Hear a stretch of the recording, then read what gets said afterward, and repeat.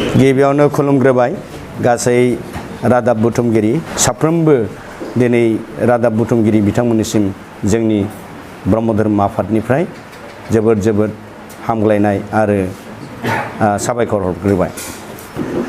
दिनै जोङो बे प्रेस मिटखौ लिंदों खारना जाहैबाय जोंनि गेजेराव मोनसे जोङो मोनदों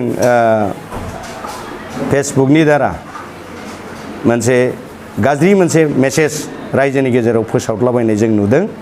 बे जाहैबाय पास्टर बिनद बसुमतारी बिथाङा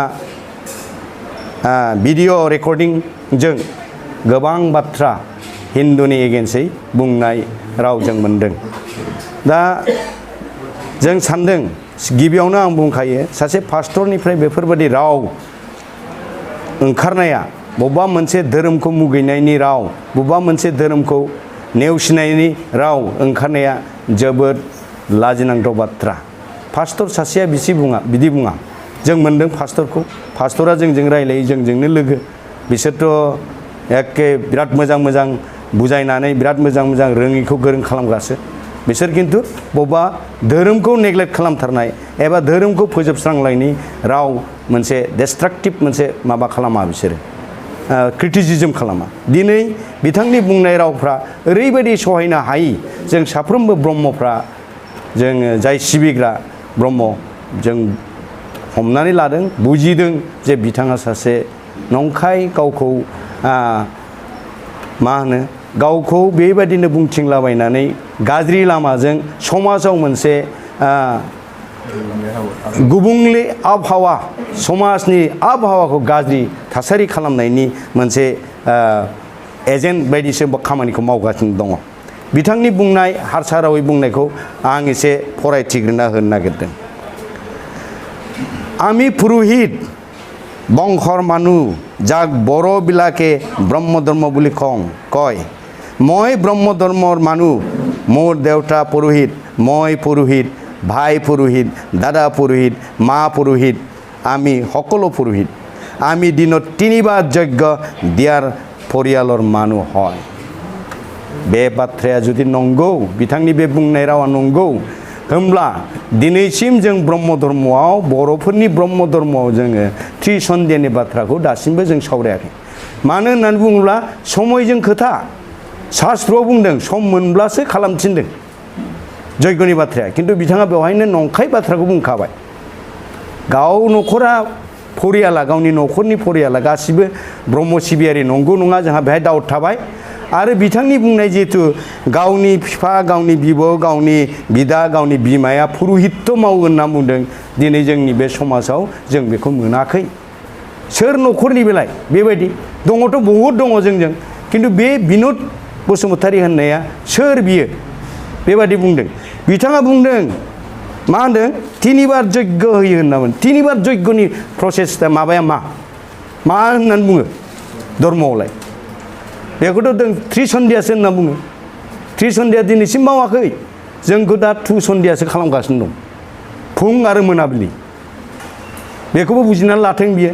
जानला मोनला फाननानै दिनैहाय जायफ्रा नंखाय जायफ्रा बुजिया जायफ्रा रोङा बेबायदि रोङै मानसिफोरखौ थगायै बिथाङा दिनै मा गाव सासे डक्टरनिफ्राय बिराद गिदिर साइन्टिस्ट गावनि रावजों माबाया गायोनो। आं बुंगोन बिथाङाथ' गुवाहाटियाव गहरसुगाव जि माबा खालामदों बाव लेंहरै माबानाया माथो थैनानैसो दं। 3 आं प्रमान मोनबाय। आं निजे गावनि स्टुडेन्ट 2 मोनबाय। सासेया स्टुडेन्टनि हिनजाव सासेया स्टुडेन्ट कटकिपारानि सासे बिमल बर'नि फंबाय। बेखौ फोथैदों बियो हायो होननानै लांबाय फोथैदों। गहरसुगाव सासे हिनजावखौ फोथैदों बियो मिथिंगापुरियाव मुलि जाहोला। थिग बिदिनो हिरिम्बापुराव आंनि स्टुडेन्टनि हिनजाव हिरिम्बापुरनि सासे हिनजाव बेखौबो बियो फोथैदों। गथिखे बबे माबाजों गादों गायाखौ जों बुङा प्रेयारजों गानो हागौ। जिउदि हे बियो गोबाव समनिफ्राय मुलि जाबोबाय थादों बे गानो हागौ। खिन्थु उइदाउट मेडिसिन गाया बे गाथारगोन होननानै जों बुंनो हाया। गायोब्ला मानोथो थैगासिनो दं दिनैलाय। दिनै मानो बै समाजनि बै मण्डलिनि मानसिफ्रा मानो थैगासिनो दं। उन्दैनिफ्राय लानानै बोरायसिम थैगासिनो दं। डाक्टारनाव मानो थांदों डाक्टारखौ मानो नांगौ डाक्टारखौ मानो फरायदों बिसोरो होमब्ला गतिके बे मिसा खोथा आरो बेवहाय बुंबावदों बे सुथिके कैसु प्रभु कि प्रभाब बेखौ जों बुंनो थांला बयहाबो गाव गावनि धर्मनि गुरुखौ जों प्रभाब होनना बुङो दिनै जोंबो गुरुदेव कालीचरण ब्रह्मनि जितु बुंलांनाय बोसोन बेखौ जों मानिनानै सोलियो बिनि प्रभाब होननानै जों दिनै जौगानायखौ बुङो बर' हारियाव ब्रह्मफ्रा जौगानायखौ जोङो गुरुदेवनि अननाय होनना बुङो बेबो बे हयथ' बाथ्राखौ बुंदों बेहाय आंहा बुंनो गोनां गैया नाथाय आं बेखौल' बुंगोन हिन्दुनि गासैबो खामानिखौ मावजोबदोंमोननो बियो बलिबो होदोंमोननो ब्रह्मफ्राथ' बलि होआ ब्रह्मआ अन्थाइखौनो सिबिया मुर्तिखौनो सिबिया बे बलि होदों होनबाय बलि होनाया सोर होयो खोमसि फोथायग्रा मानसिया बलि होयो खोमसि फोथायग्रा मानसियासो प्रेयार खालामलाबायहैयो मबेजोंबा हामो होननानै दिनै बेबायदि मोनसे बेहाय रोखा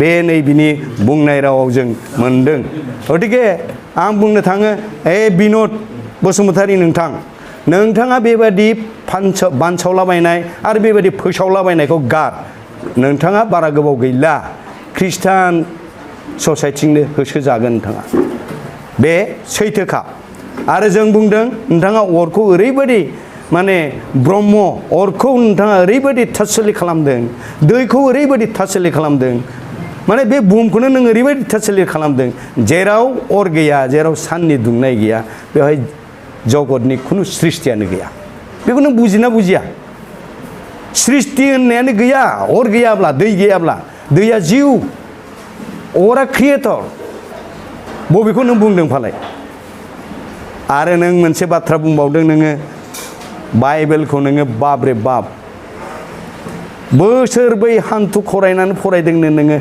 ख्रिस्टाननि बाइबेलखौ दांनानै नोङो समाय लानानै बुंदों ख्रिस्टान बाइबेलाव मा लिरनाय दं नंखाय बुंनायनिसे देरसिन पाप गैयानो दिनै नोङो पाप देरसिन पापखौ मावदों नोंथ' थगायबाय नों बोसोरब्रै नों हान्थु खरायदोंबा नोंनि हान्थुआ माबायदि जागौमोन नों थगायदों नोङो गतिके आं बुंनो थाङो आं बारा गोलाव बुङा जोंहा जोंनि बिराद दङ बुंग्राफोर आं बेखौल' बुंबाय बेखौल' बुंनानै आं जागायदों जे नोंथाङा साबधान थादो नोंथांखौ नोंथांनि सृष्टिकर्तायानो नोंथांनि मोनसे साब एबा साव होनना बुङो बर'आव बे जानानै थासिगोन आं बारा गोबाव बुंलाया बेनो जे बिथाङा बेखौ राजुहुआबाबै क्षमा बिनांगौ आरो जों बे क्षमाखौ जों मोननांगोन नुनांगोन राजुहुआबाबै बिथाङा बियाब्लाथ' बेथ' गावहानो बिपद दं मानो होनबा अलरेडि मोनफ्रोमबो जिल्लाया केस होनायनि मोनसे माबा सावरायबाय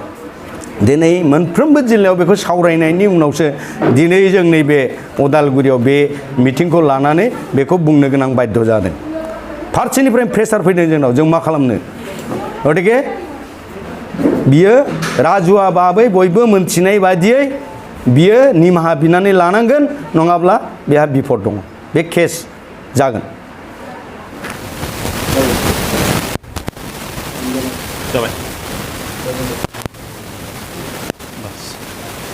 खुलुमबाय गिबियाव आं गासैबो रादाब बुथुमगिरि आरो रादाबगिरि बिथांमोननिसिम साबायखर बावबाय आं श्री हेमन्त ब्रह्म दुलाराय ब्रह्म धोरोम लाइमोन प्रसा संसदनि गाहाय फोसावदिं नेहाथारि दिनैनि नैबे प्रेस मिट खालामनायनि मोनसे गोनांथि जानानै फैदों बे प्रेस मिट खालामनायनि गोनांथियानो जाहैबाय बावैसो साननि सिगां सासे ख्रिस्टियान मिसनारि पास्टर बिन'द बसुमतारी बिथाङा ससियेल मिडियानि गेजेरजों एबा इउटुब चेनेलनि गेजेरजों गावनि माखासे मटिभेशनेल पइन्ट जितु मोनसे माबा होदोंमोन बेवहाय माखासे बाथ्राफ्रा बेरखांदों जाय बाथ्राफ्रानाखि ब्रह्म धोरोमनि सायाव आघात होफैदों आरो जोबोद दुखु गोनां मोनसे बिथाङा इनसाल्ट खालामहरनाय जादों दा बे बिथांनि जितु इनसाल्टेसन खालामनाय बिनि सायाव दुलाराय ब्रह्म धोरोम सिबियारिफोरा गोसोआव दुखु मोनखांनाय फैदों आरो बिनि मोनसे सैथोथिखौ जों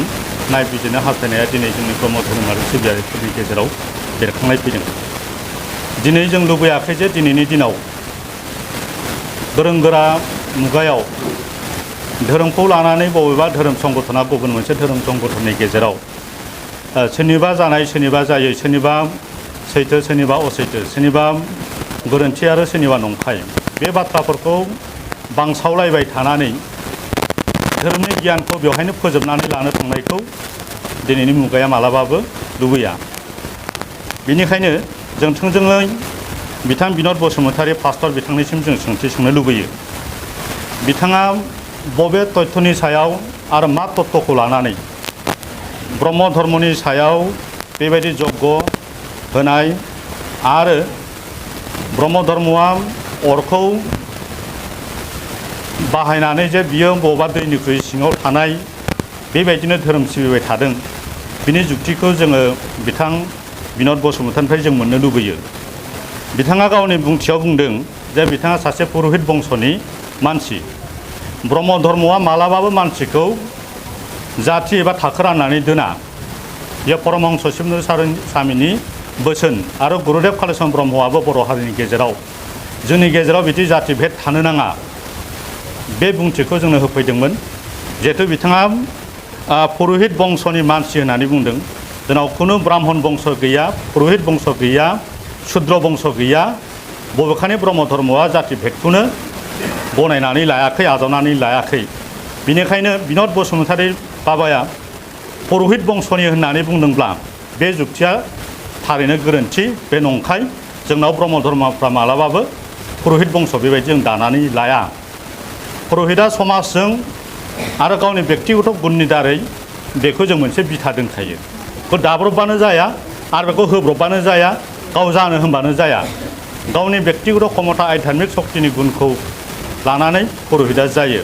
बेनिखायनो बिथाङा बे बाथ्राखौ मिथिना लानाया गोनां। आरो बिथाङा मोनसे बाथ्रा बुंबावदों जे गावनि बेरामखौ दरसायनानै 7 बोसोर जुजि जुजि जे बिथाङा बेराम हामाखै, बेराम हामैनि जाहोनाव बियो मोनसे खृष्टान धोरोमनि फारसे आश्रय लाहैनांदों। बे खोथाखौ लानानै बिथाङा गावखौ गोग्गानाय दिन्थिनो नाजादों। बिथाङा खृष्टान धोरोम लाहैथों, बेवहाय जोंहा जेबो आपत्ति गैया। बिथाङा बेरामखौ दरसायनानै जे बहाबा धर्मान्तर जादों, बे बिथांनि साननायनि गोहो। धोरोमा गुबैयै आध्यात्मिक शक्ति, जौमा गियान, जाय बुस्थुआ जोंनि जिउजों सोमोन्दो दङ। भट भबिष्यत बर्तमाननि सुबुं माहारिनि गेजेराव, मिथिंगानि गेजेराव जाय क्षमताखौ धोरोमनिफ्रायसो जों सरसा खालामोमोन। नाथाय बिथाङा सामान्य गावनि शारिरिक मोनसे लोमजानायखौ लानानैनो खृष्टान धोरोम आजावदोंब्ला बे बिथांनि बाथ्रा। जों बुंगोन ब्रह्म धोरोमा मालाबाबो बेराम आजार फाहामनायनि थाखायल' ब्रह्म धर्म नङा, सोरनिबा गोरिब गुन्द्राखौ सुफुंनायनि थाखायल' ब्रह्म धर्म नङा, आरो बबेबा समाजनि गाहाम गाज्रिखौल' जों दरसायनानै ब्रह्म धर्म नङा। बेनिखायनो बेवहाय जोंनिफ्राय गरिहना दङ जे जों मालाबाबो बेरामखौ दरसायनानै गावनि धोरोमखौ सिफायनानै आध्यात्मिक शक्तिनिफ्राय जों जानगार जानाया ब्रह्म धोरोमनि मालाबाबो बेयो जुक्ति नङा। बेनिखायनो बे बिथिङाव बिन'द बसुमतारी बिथाङा गावनि सामान्य देहानि बेरामखौ सोरबा डाक्टारखौ फाहामनो हायै, सोरबा कबिराजखौ फाहामनो हायै, सोरबा अजाखौ फाहामनो हायै आरो गोबां बिदिनो मन्त्र स्फुट खालामनानै हामनो रोङै बे बिथांनि माबा मोनसे बेराम मिथिहायै बेरामाव दङब्ला बे बिथांनि खोथा। बेवहाय बेखौ जोङो रोखायै स्वीकार खालामनानै होयो। नाथाय ब्रह्म धर्मआ बेराम फाहामग्राथार होननानै जों मालाबाबो दाथिनानै फालांगिनि महराव जों लाङा बेरामनि मुङाव। बे ब्रह्म धोरोमनि जोंनि सानस्रि आरो सान्थौआबो बेनो। धोरोमनि गेजेरजों गियाननिसो सरसा खालामगोन। धोरोमनि गेजेरजों जोङो बेक्तिगत आरो समाज जिबनाव जाहाथे मोजां थासारि सोमजिहोनो हायो नामा, भेदाभेद गैयै, जाथि भेद गैयै, गोग्गो सानस्रिबा बयनि गेजेराव जोङो आदान प्रदान जालायनो हानाय, नोंनिखौ आंनिखौ नों मिथिलायनो हानाय, बेखौ जों रोखायै सरसा खालामनो नाजायो धोरोमनि बिथायाव थानानै। बिनिफ्राय बिथाङा बुंबावदों जे ब्रह्म धर्मआ मालाबाबो खृष्टान होनबा बेखौ मुगैनाय जोंनाव खुनु भित्तिबो गैया, खुनु लिरनाय गैया। ब्रह्म धर्मआ बेखौल' बुङो ब्रह्मआ मोनसे गुन आरो बे गावनो धर्मखा। बे ब्रह्मआ गावहानो असे गुन दंखायो आरो गाव हारसिंनो धर्मखा बियो। बेखौ नों होनोबो हाया, लाबोनोबो हाया। गतिके बबेबा खृष्टाना बिनि ब्रह्म शक्तिया जन्म जाथारनांगौ, आदार जाथारनांगौ, देरथारनांगौ, रुंसारिफिननांगौ। बे जाबाय ब्रह्मनि गुन। सासे खृष्टियानावबो एखे दैनिफ्रायनो थै जागोन, एखे हानिफ्रायनो मोदोमनि देहा सोलेर गठन जागोन, एखे बारनिफ्रायनो बिनि हां लानाय हगारनाय जागोन, एखे अख्रांनिफ्रायनो बिनि खोनानाय नुनाय गोहोआ फैगोन, एखे सानखौनो बियो बिनि बिदुं आरो बिनि सोरांखौ आजावनो गोनां जागोन। अब्ला बेवहाय नों खृष्टान नों हिन्दु नों ब्राह्मण नों बैसव बिनि मानो जाति भेद बबा ब्रह्मनि पुरहित जानानै खृष्टानखौ मानो मुगैनायनि दरसाय फैदों बियो बिनिखायनो ब्रह्म धर्मआ बेवहाय बे जुक्तिनि फारसे गोजानाव दङ जों मालाबा खृष्टान बे बाथौ बे हिन्दु बै जैन जोंनाव बिदि जाति भेद गैया बिनिखायनो बिथांनि सायाव जों बेखौ क्लियारिफिकेसन होबाय जोंनाव मालाबाबो खृष्टान हिन्दु बिनि जों धर्म भेदबो लाया जाति भेदबो लाया बेखौ बिनोद बसुमतारी बिथाङा बे बिथिङाव गोरोन्थि बुंदों बेखौ जों स्वीकार होनाय जाबाय बिनि उनाव बुंबावदों बिथाङा आमी पवित्र मानु ब्रह्म धर्मनि सासे गियानि व्यक्ति जाबायब्ला मालाबाबो बेखौ गाव गियानि होननानै इज्जादारि खालामनो हानाय ब्रह्म धर्मनि रावबो क्षमताशाली व्यक्ति जोंनि दिनाव जों गैया आरो बेखौ मोननाय नङा सासे क्षमताशाली मानसिया मालाबाबो गावखौ इज्जादारि देखायनायनि गौरब देखायनो हानाय ब्रह्मनि संगठनाव एबा समाजाव बिदि मोननाय नङा बिनि पुरहित खामानि मावनाया जाबाय बिनि साधन शक्ति मिथिंगाखौ बेसेबां सेबक खालामनो हादों बिनि सिङाव थानाय जिउ जिबिफोरखौ बेसेबां सिबिनो हादों गावनि न'खरनि पारिबारिक बेबस्थाखौ बेसेबां संरक्षण होनो हादों गावनि जिबननि गावनि दैहिक सरसाखौ माबायदि लाबोनो हादों बिनि सायावसो बियो लाबोगोन सासे पुरहिता जेब्लायबो बियो दमभालि मारिनानै गावखौ गुबुननि सायाव दादा देखायनो हाया पुरहितनि गुना जाबाय बिराद नम्रता बिराद समानबादि बिराद समदृष्टि आरो बिराद बियो सहायसुला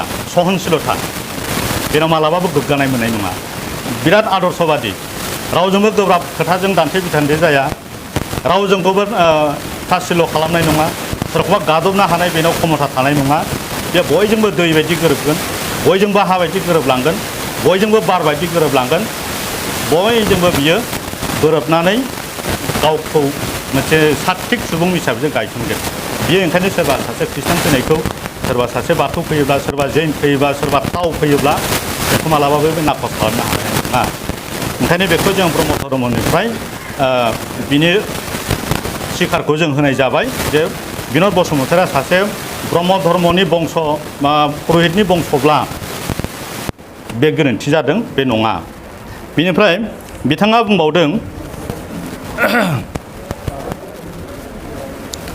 अरखौ जोंबाय थानाय अरखौ दै लुसोमोबानो बे गोमोरो बे अर होननाय लोगो लोगो अरखौ जोङो मोनथाम बाहागोआव बोखावनानै जों लायो मोनसे जाबाय बेबहारिक अग्नि जाय अरजों नोङो ओंखाम संजागोन जाय अरखौ नोङो गोजांनायाव सायनानै बिदुं लागोन जाय अरनि हेफाजाबै नोङो जाबर जथर सावगोन जाय अरनि हेफाजाबै नोङो बायदि रोखोम दानाय लुनाय बहाबा मेकानिक खामानिफ्राव सावनानै इन्जिन बानायनाय मानाय बेफोर जाबाय बेबहारिक अग्नि बेफोर बेबहारिक अग्निनि सृष्टियाबो बे गावनो ब्रह्मनि शक्तिनि गेजेरजोंनो जायो नाथाय बेखौ नों दैजों लुखोमोरनानै नों बबे गुनखौ देरसिन खालामनो लुबैदों बे बाहायग्रा अरा नों जेरै गोसोरै बाहायनो हागोन नाथाय नोङो गियान अग्निखौ मालाबाबो नों दैजों लुसोमनानै खोमोरनो हानाय नङा नोंनि नैबे मगजुआव थानाय जिथु अग्नि जाय अग्निनि बोलोजों नोंनि चेतन शक्तिया जौगाखांबोयो बेखौ नोङो दैजों लुसोमनानै खोमोरनो हानाय नङा नोंनि आध्यात्मिक जिथु अग्नि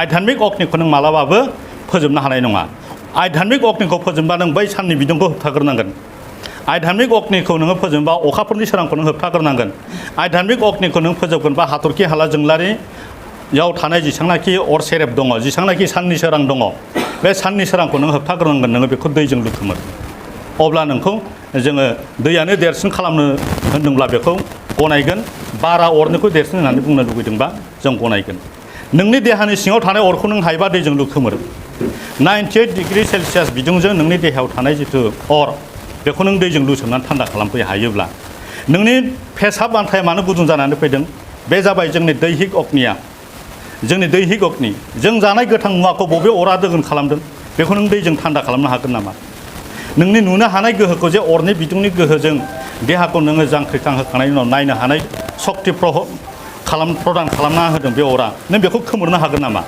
बेनिखायनो बियो मोनसे सामान्य फिसा बाथ्रा बेनिखायनो बिनोद बसुमतारी बे बिथाङा सासे पास्टर जानानै धर्मनि तत्त्वफोरखौ धर्मनि तथ्यफोरखौ तत्त्व आरो तथ्य गासैखौबो रेबें रेबें नङाजासे बहाबा ब्रह्म धोरोमनि सायाव बेबायदि नगण्य बेबहार खालामनाया सासे प्रसारकनिबो गुन जानो हाया बरंस जोंनि ब्रह्म धर्मनि गेजेराव परमहंस शिबनारायण स्वामीया खावलायदों नै हिन्दु मुस्लिम ख्रिस्टियान साधु सन्यासि मौलवी राजा महाराजा गियानि अज्ञानी मूर्ख गासिबो धनी गरिब गासिबो नोंसोरो नों गाव गावनि अहंखारखौ गावनि मेंनाय बानाय गिनायफोरखौ एसे ज्राब दोनथ'नानै धोरोमनि सरसा खालामनो थाखाय मुलुग गोजोन सान्थिनि थाखाय दान्दिसे सम होदो बिदिसो खावलायदों।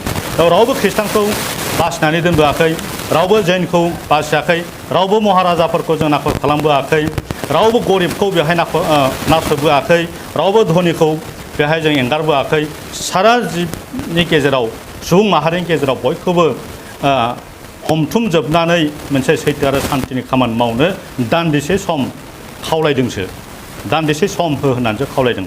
बेनिखायनो मानगोनां पास्टर बिनद बसुमतारी बिथांनि बेबायदि बिथिङाव अजुक्ति बाथ्राफोरखौ दर्शायनानै दिनै ससियेल मिडियानि गेजेरजों फोसावनानै बिथाङा जुदि खृष्टान धोरोमनि माबा मोनसे मुलाम्फा लुगैदोंबा बे बिथांनि बेक्तिगत सानस्रि होननानै आं बुंनो लुबैयो। नंगौ जों खृष्टान धोरोमनि सायाव जोंहा मुगैनायबो गैया, बरंस जों खृष्टान धोरोमनि सायाव मोजां मोननाय दं। बिथांमोनहा मोनसे समाज आरो मोनसे देश बा बिदिनो गोबां बिथिङाव खामानि मावदों। बेयो जाबाय सुबुं सिबिनायनि बाहागोआव गोग्लैयो। सुबुं सिबिनो बेबायदि मोनफा मोनफा धोरोमनिबो गोनां जानानै फैयो।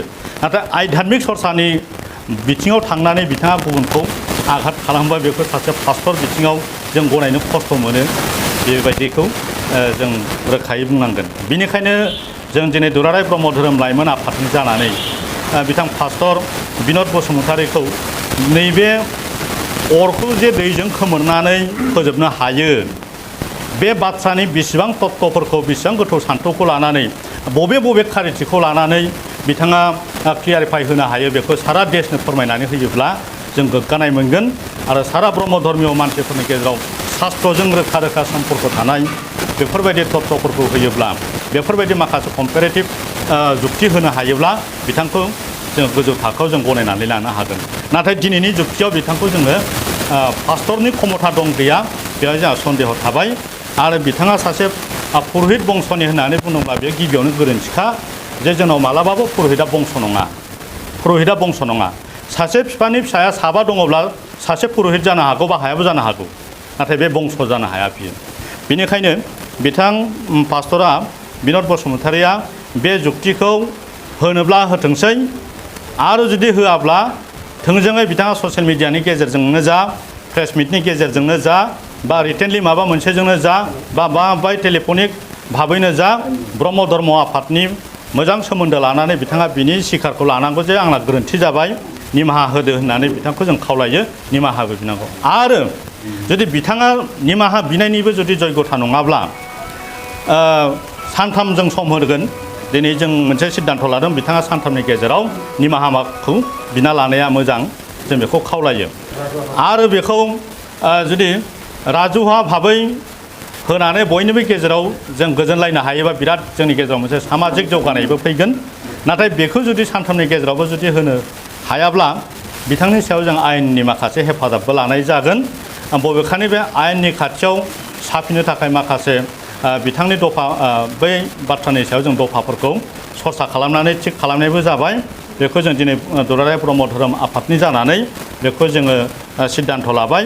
बेनिखायनो मानगोनां बिनद बसुमतारी पास्टर नोंथांखौ जों गुरैयै खावलायो, जों धर्म संगठननिफ्राय जों बुंदों जे नोंथाङा बे धोरोम बै धोरोम बै धोरोमनि गेजेराव मालाबाबो दिनैनि ट्रेन्डखौ सोंखारिलायनायखौ जों दा लुबैला, नोंथाङा बेनिफ्राय गोजानाव थानाया मोजां।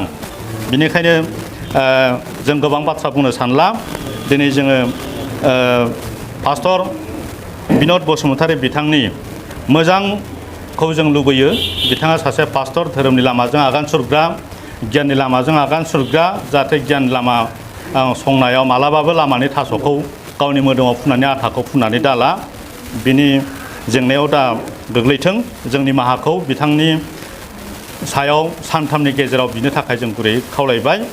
एसेनोसै जों दुलाराय ब्रह्म धोरोम लाइमोन आफादनि जानानै बिथांनि सायाव बेखिनि खावलायनायखौ जों हरनाय जाबाय। गोजोन्थों, खुलुमबाय। खुलुमबाय। गिबियाव आं दुलाराय ब्रह्म धर्म आइजो आफादनिफ्राय बेखौनो बुंगोन जे जेखि धोरोमानो जाया मानो जोंनि थांखिया मोनसेल' जानांगौ बा मोनसेल'।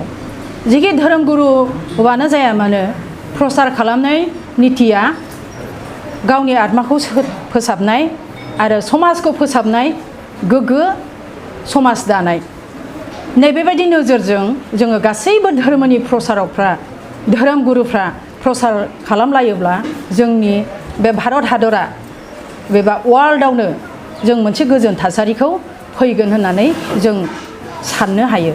दा दिनै जोंहा प्रसारक एबा पास्टर बिन'द बसुमतारिया जिबायदि जोंनि हिन्दु धोरोमनि बेदान्त कुरान भागवत गीता बायदिसिना धोरोम बिजाब जोंनि हिन्दु शास्त्रनि जि धोरोम बिजाब बिनि सायाव अलरेडि अपमान होनाय जादों। जोंनि हिन्दु धोरोमखौ इनसाल्ट खालामदों बिथाङा अपमान होनाय जादों डाइरेक्टलि। किन्तु जोंनि थांखिया बेबायदि जानो नाङा। जों बेखौ ब्रह्म धर्मनि जानानै गोख्रोङै सोंखारिगोन आरो दुखु फोरमायदों बे बाबाया सासे उदिस्ताब्ला बा पुरहित नखरब्ला जोंनि ब्रह्म धोरोमाव आइमोन आफामोन मालाबाबो बुलि होनाय खथा गैया। बे मिसा खोथा बुंदों बियो। ब्रह्म धोरोमनि बे बाबाया मानसि नङा जों बेखौ हमनो हाबाय। बियो गोरलै गोसोनि माखासे थुला बायदि बिरग्रा माखासे आइ आफामोनखौ बियो माने मोजां धोरोमनि खोथा बुंनानै मिसा खोथा बुंनानै जोंनि हिन्दु समाजनि मानसिफोरखौ बोलांनानै बियो गावसिनि समाजाव लांनो नागिरनायखौ जों थोंजोङै हमनो हादों। जाय बाथ्राखौ बुंनानै बियो मिसा खोथाखौ बुंनानै प्रसार खालामगासिनो दङ। गुवाहाटी बायदि जायगायाव बियो गिर्जा न' बानायनायनि खोथा बुंदों। माखासे बायदिसिना खोथा बियो इउटुब चेनेलाव बा बहाबा नैबे मबाइलनि गेजेरजों भिडिअ रेकर्ड खालामनानै बियो गाज्रि खोथा माखासे नंखाय खोथाफोरखौ फुवारनो नाजागासिनो दं। नाथाय बिन'द बसुमतारी बाबाया बेखौ साननानै ला सैथोआ जेब्लायबो सैथोआ जेब्लायबो देरहासार असैथोआ जेब्लायबो सानसे समावबाबो बियो नेहात आरो बे मालाबाबो देरहासार नङा। दा जों बेखौ फोथायो आरो जों बेखौनो बुंनो लुबैदों जाहाथे नेक्स्ट बाराव आरो ब्रह्म धर्मखौ अरखौ बेबायदि थासैल' खालामोबा अपमान खालामोबा बेखौ जोङो गासैबो धोरोमनि मानसिया बुंनो गोनांथि गैया। बे इसोरजों साजा होजागोन बियो साव मोनगोन बियो। बे सावखौ बिनि गासैबो न'खरा भुगिनांगोन। बेखौ आङो ब्रह्म धर्म आइजो आफादनि जानानै बुंबाय। बिनि फिथाइखौ जुदि बियो निमाहा बियाबा जोंनाव प्रेसमेटनि गेजेरजों बा मबाइलनि गेजेरजों बा खुलिया बियो गावनि गोरोन्थिखौ निमाहा बियाब्ला इसोरा बेखौ साजा होगोन। जों बेखौ नेनानै थाबाय। बिनि माने निमाहा बिनायखौ जों नेनानै थाबाय आरो बारा गोबाव आं बुंनो सानाखिसै। बेखिनिखौनो बुंनानै आंनि सुंद' बुंनायखौ आं बेखिनियावनो फोजोबबाय। नोंथाङा मा बुंगोन? खुलुमबाय। गिबियाव आं दुलाराय ब्रह्म धर्म आइजो आफादनिफ्राय बेखौनो बुंगोन जे जेखि धोरोमानो जाया मानो जोंनि थांखिया मोनसेल' जानांगौ बा मोनसेल'। जेखि धोरोम गुरुआनो जाया मानो प्रसार खालामनाय नितिया गावनि आत्माखौ फोसाबनाय आरो समाजखौ फोसाबनाय गोग्गो समाज दानाय नैबेबायदि नोजोरजों जोङो गासैबो धर्मनि प्रसारकफ्रा धोरोम गुरुफ्रा प्रसार खालामलायोब्ला जोंनि बे भारत हादरा बेबा वर्ल्डआवनो जों मोनसे गोजोन थासारिखौ फैगोन होननानै जों साननो हायो। दा दिनै जोंहा प्रसारक एबा पास्टर बिन'द बसुमतारिया जिबायदि जोंनि हिन्दु धोरोमनि बेदान्त कुरान भागवत गीता बायदिसिना धोरोम बिजाब जोंनि हिन्दु शास्त्रनि जि धोरोम बिजाब बिनि सायाव अलरेडि अपमान होनाय जादों। जोंनि हिन्दु धोरोमखौ इनसाल्ट खालामदों बिथाङा अपमान होनाय जादों डाइरेक्टलि। किन्तु जोंनि थांखिया बेबायदि जानो नाङा। जों बेखौ ब्रह्म धर्मनि जानानै गोख्रोङै सोंखारिगोन आरो दुखु फोरमायदों बे बाबाया सासे उदिस्ताब्ला बा पुरहित नखरब्ला जोंनि ब्रह्म धोरोमाव आइमोन आफामोन मालाबाबो बुलि होनाय खथा गैया। बे मिसा खोथा बुंदों बियो। ब्रह्म धोरोमनि बे बाबाया मानसि नङा जों बेखौ हमनो हाबाय। बियो गोरलै गोसोनि माखासे थुला बायदि बिरग्रा माखासे आइ आफामोनखौ बियो माने मोजां धोरोमनि खोथा बुंनानै मिसा खोथा बुंनानै जोंनि हिन्दु समाजनि मानसिफोरखौ बोलांनानै बियो गावसिनि समाजाव लांनो नागिरनायखौ जों थोंजोङै हमनो हादों जाय बाथ्राखौ बुंनानै बियो मिसा खोथाखौ बुंनानै प्रसार खालामगासिनो दङ गुवाहाटी बायदि जायगायाव बियो गिर्जा न' बानायनायनि खोथा बुंदों माखासे बायदिसिना खोथा बियो इउटुब चेनेलाव बा बहाबा नैबे मबाइलनि गेजेरजों भिडिअ रेकर्ड खालामनानै बियो गाज्रि खोथा माखासे नंखाय खोथाफोरखौ फुवारनो नाजागासिनो दं नाथाय बिन'द बसुमतारी बाबाया बेखौ साननानै ला सैथोआ जेब्लायबो सैथोआ जेब्लायबो देरहासार असैथोआ जेब्लायबो सानसे समावबाबो बियो नेहात आरो बे मालाबाबो देरहासार नङा दा जों बेखौ फोथायो आरो जों बेखौनो बुंनो लुबैदों जाहाथे नेक्स्ट बाराव आरो ब्रह्म धर्मखौ अरखौ बेबायदि थासैल' खालामोबा अपमान खालामोबा बेखौ जोङो गासैबो धोरोमनि मानसिया बुंनो गोनांथि गैया बे इसोरजों साजा होजागोन बियो साव मोनगोन बियो बे सावखौ बिनि गासैबो न'खरा भुगिनांगोन बेखौ आङो ब्रह्म धर्म आइजो आफादनि जानानै बुंबाय बिनि फिथाइखौ जुदि बियो निमाहा बियाबा जोंनाव प्रेसमेटनि गेजेरजों बा मबाइलनि गेजेरजों बा खुलिया बियो गावनि गोरोन्थिखौ निमाहा बियाब्ला इसोरा बेखौ साजा होगोन जों बेखौ नेनानै थाबाय बिनि माने निमाहा बिनायखौ जों नेनानै थाबाय आरो बारा गोबाव आं बुंनो सानाखिसै बेखिनिखौनो बुंनानै आंनि सुंद' बुंनायखौ आं बेखिनियावनो फोजोबबाय।